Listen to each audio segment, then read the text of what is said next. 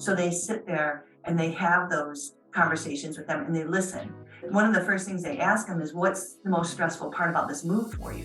To really start to, peel back the onion and figure out, right? Welcome to Season 6 of Bridge the Gap, a podcast dedicated to informing, educating, and influencing the future of housing and services for seniors. Powered by sponsors AccuShield, Connected Living, Hamilton Captel, Refura, The Bridge Group Construction, and Solinity. The contributors are brought to you by Peak Senior Living and produced by Solinity Marketing. Welcome to Bridge the Gap podcast, the senior living podcast with Josh and Lucas. A great topic on today, one that is very, very relevant as occupancy continues to be a major theme and conversation in the industry, coming out of years of challenges that the industry has had in getting the units filled. We have our guest on today, Maureen Longoria. She is a BTG ambassador and also a contributor, co-founder of LivNow Relocation. Welcome to the show. Thanks, Lucas. Thanks for having me. We are so excited to continue conversations we've had. As you've been a Bridge the Gap ambassador, you've always been a part of our conversations internally amongst our groups and also a contributor, bringing your skills and your time and your attention to the mission of Bridge the Gap to educate, inform, and influence. And today we're going to be talking about that very emotional journey that an older adult takes when they're moving out of their home into a community, and you have firsthand, experience in this. Can you walk us through and walk some of our listeners? First, many of our listeners are on this journey because they're in the communities and they witness this every day. And for the people that are on the sales and marketing side, I think you're going to help maybe uncover some of maybe some things that are unknown, unlock a few ideas that can maybe help them in their conversations. So walk us through that process, that the emotions, the process that it takes for an older adult to move into a community. Yeah, absolutely. It is. It's the greatest obstacle the sales team has to getting the person from their home into the community, right? That's that giant leap. It's absolutely huge. For most people, it's going to be their most emotional and complicated move. Emotional because they're leaving behind, most of them, a home where they have a lot of memories. A lot of them have raised their children in that home. Whatever it might be, maybe their spouse is now gone and they lived in that home for many years together. They could have built it together, whatever it is, right? It's extremely emotional. But add to that, the complicated part is now you're, in your later years, and the idea of organizing and downsizing all that stuff that's been collected over the years is daunting. And it's daunting for anyone even in their 50s that just got through raising their kids, sent their last one off to college, someone like myself, right? And the idea of organizing and downsizing seems overwhelming, but I can still climb up into the attic or, go into the crawl space. I can physically do a lot of those things still. But when you get to be in your late 70s or 80s, the physical aspect of moving is really overwhelming as well. So now you've got the combination of the emotional and the physical. And then add to that just the logistical aspect of it, right? They have to find movers, which is a scary process these days. They have to find a realtor. So much has changed in real estate, and everybody thinks their home has to be HGTV ready, right? So you start adding all of this up, and that senior that was visiting your community that seemed so excited to move in, they said they don't want to have to worry about their home anymore. They love the idea of having meals ready for them. They love the idea of the socialization and the activities. They love it, but they can't, when they get home, envision how they're going to get from their home to the community because all those things I just outlined, right? And that's actually why we called our company LivNow Relocation, because we really believe there are so many seniors in that space, and they're the I'm not ready, right? And some of them say the obstacle is I have a home to sell or I have stuff.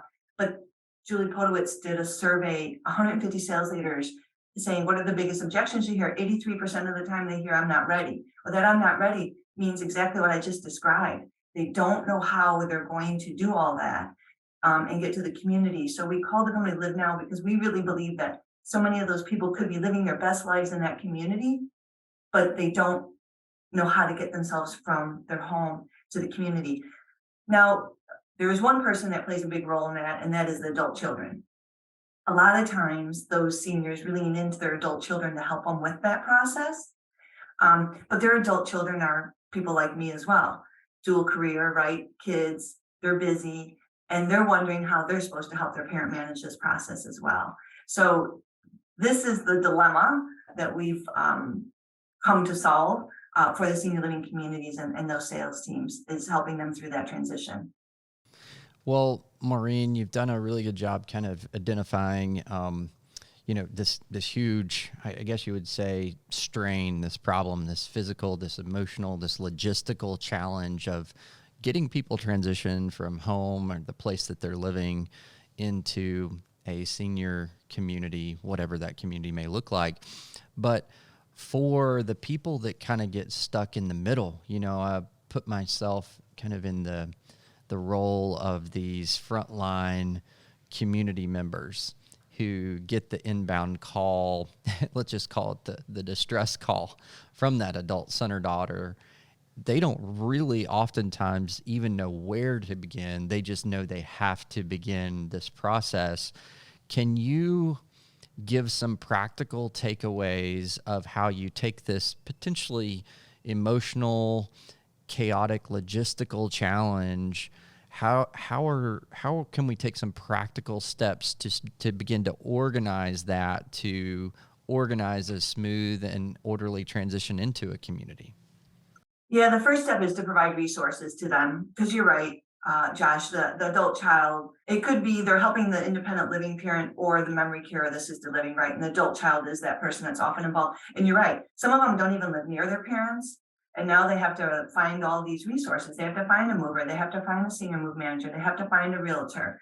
What if maybe they could have access to bridge loans? So I think it's just starting with providing them with access.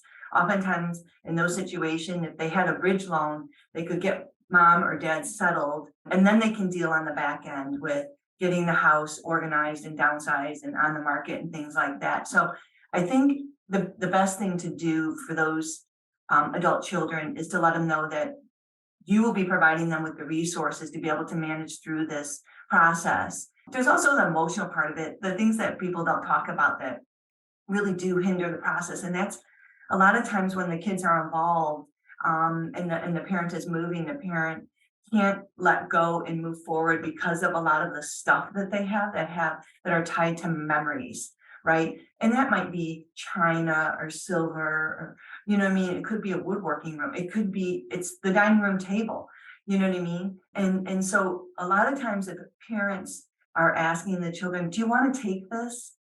And the kid is saying, the adult child is saying, no, I don't need your silver. I'm not interested. I don't want your china. That's hindering the process. The smartest thing kids can do is to say, I'd love to have it, mom. And then worry about it later, what you're going to do with it. But take it, because when they take it from the parent, then the parent can let it go and feel good about it and move forward. And that is, when you talk about the emotional aspects and stuff, one of the biggest hindrances to this process is when the children are like, mom, nobody wants that stuff. It's you can't even sell it. It's not worth anything. I can't tell you how debilitating that can be to this process. So providing, I think, the adult children and the senior with the resources to be able to make this smooth transition, vetted providers, that understand the emotions around this process. And then just giving them some guidance. We often talk about writing a book for the kids. It could be literally 5 pages, what to do and what not to do, during this process to make it go more smoothly. But I can't tell you how many of my friends have said, oh yeah, I told my mom that, I told her I don't want that stuff. She goes, oh gosh, in hindsight, you're right. I should have just taken it. She would have felt so much better about it, right? And it could be the father too that has certain memories, pictures, whatever it is. We're taking a break in our scheduled show to tell you about exciting opportunities for you to be featured on the Bridge the Gap network. Click on the show notes to schedule your call with Josh and Lucas. Yeah, what he said. Well, you're definitely preaching on something that I've already done the wrong thing myself. So my parents are probably, at least hopefully, 15, maybe 20 years away from what I would say traditional senior living. But I can tell you that thankfully they recently already began their downsizing process. And my biggest struggle for my mom was getting rid of just all the stuff. Lucas, I could not believe, it would be embarrassing for me to tell you all what was still in these hope chests, these cedar chests and things. And I'm like, Mom, why do you still have this? And it was so tormenting to her. I could tell to say, like, no, I don't want any of it. And I went so far, the bad son, to say, Mom, here's what's going to happen. When it's time for you to go from this earth, this is not going to be with me or anyone. This is going to be sold. And so I can already, I have probably done traumatic emotional things to my parents right now. I can already see this, but at least we've started the process early. So, but I think that's such a critical piece. Are there some other top 5, as whether you're the community person or the family person, that you could educate the family of don't do's? Because I'm making a list right here. I need to make my list of don't do's. Don't say this, don't do this. I've already got one of them. Yeah, well, I would say, aside from just focusing on like, don't tell them that their stuff is not worth anything. I think, the biggest thing is we had an outside sales consultant, well respected in the senior living industry, create a training program for our team on empathy and action. Because we recognize that, they've decided to move into the communities, usually when we're working with them. Sometimes it's prospect phase. A lot of times we're helping to move them along through prospect phase, but they're still considering, what this means to them when they go along. I mean, and you've seen it, sales teams that say, oh, she canceled her contract, right? There are things that could go along in this process that can stop it in its tracks. And the most important thing that we can be doing is bringing empathy. If they feel seen and heard, they can move forward, right? So when they want to talk about the stuff, rather than dismissing it, I think just letting them feel the emotions behind it, but move forward, right? And that's what our team has been trained on, that not only understand the relocation process and how to put the logistics together for that and then project manage it and everything else, but they also understand the emotional aspect. So they sit there and they have those conversations with them and they listen. And one of the first things they ask them is, what's the most stressful part about this move for you? To really start to, peel back the onion and figure out, right, what could stop this in its tracks, or what's going to be the most emotional piece of it for them, whatever it might be. And I think that that's really important too, is just to acknowledge this is not necessarily going to be easy. It's exciting when you get there. We always say to them, nobody's ever said, I wish I didn't do this. Instead, they always say, I wish I'd done this sooner. So we always share that with them. I wish I had done this sooner. Keep that in mind. But they need to go through that emotional process. There's a book called Demand Side Sales that I read, and it was fascinating. There was a case study in there, and it was an active adult community, and their sales weren't great. And somebody new came in and started to ask the right questions during the customer journey. And one of the things they found out was the dining room table was an issue. They didn't create enough room to bring the dining room table with. Now, so this is active adults. They still envision having those family dinners, right? Having the grandkids over and stuff. And once they shortened the bedroom and created enough room in the dining room, their sales went up over 30%. So we think that this isn't important, that these memories, and these things that they've collected over the years aren't important. That just further confirms that. So it's just, listening, right? Listening to them talk about it, giving them that place to talk about it, and then allowing them to move forward. Once they feel like they've had that opportunity to talk about them, it's been acknowledged, people have acknowledged their feelings, it's easier for them to move forward. And hence why I go back to when the kids say, I don't want your stuff, Mom. It's not worth anything. It really hampers the process.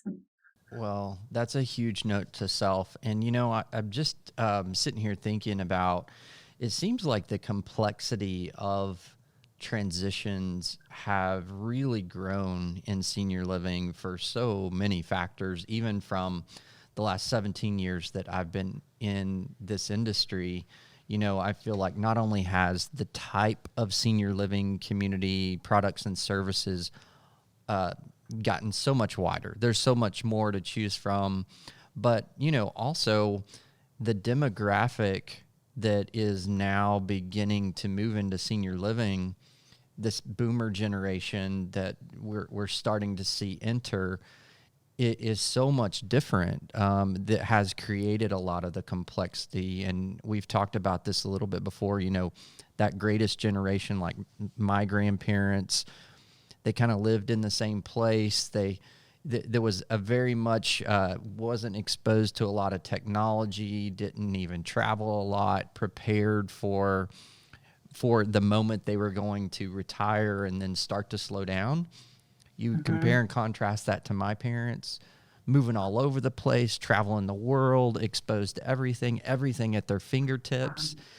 And the complexity of that and all of the offerings and all of the options, I mean, it's amazing. And so I do think realizing that you're not going to be able to just pinpoint and say, this is what the transition looks like for everyone. You have to be prepared for what emotionally you're going to potentially confront. So I think it's such a valid topic. Lucas, God love the people that are going to, experience us living in a senior living community one day, Yes. And you know what, Josh, don't sell yourself short. Those G.I. Joes and the Barbies with the heads pulled off that you have in that hope chest, those may be worth some money someday, buddy. I know. Somebody out there wants it. Might pay for my senior living, actually. You may be onto something there. Yeah. Yeah. Well, this is a great conversation. Maureen, I think that this is going to be something that all of our listeners are going to want to continue to engage with you on. And in particular, on LinkedIn, we're going to be posting this, and we'd love to hear some of the listeners' stories of how they've overcome this, what you are calling the greatest challenge. In the part of this relocation. We'd love to hear from our listeners that are active in this world and on the journey with older adults moving into communities across the United States. Maureen, thank you for your time today. Oh, thank you for having me. It was great to speak with you guys. Appreciate it. And to all of our listeners, if you want to learn more, you can go to btgvoice.com, connect with us there. And thanks for listening to another great episode of Bridge the Gap. Thanks for listening to Bridge the Gap podcast with Josh and Lucas. Connect with the BTG Network team and use your voice to influence the industry by connecting with us at btgvoice.com.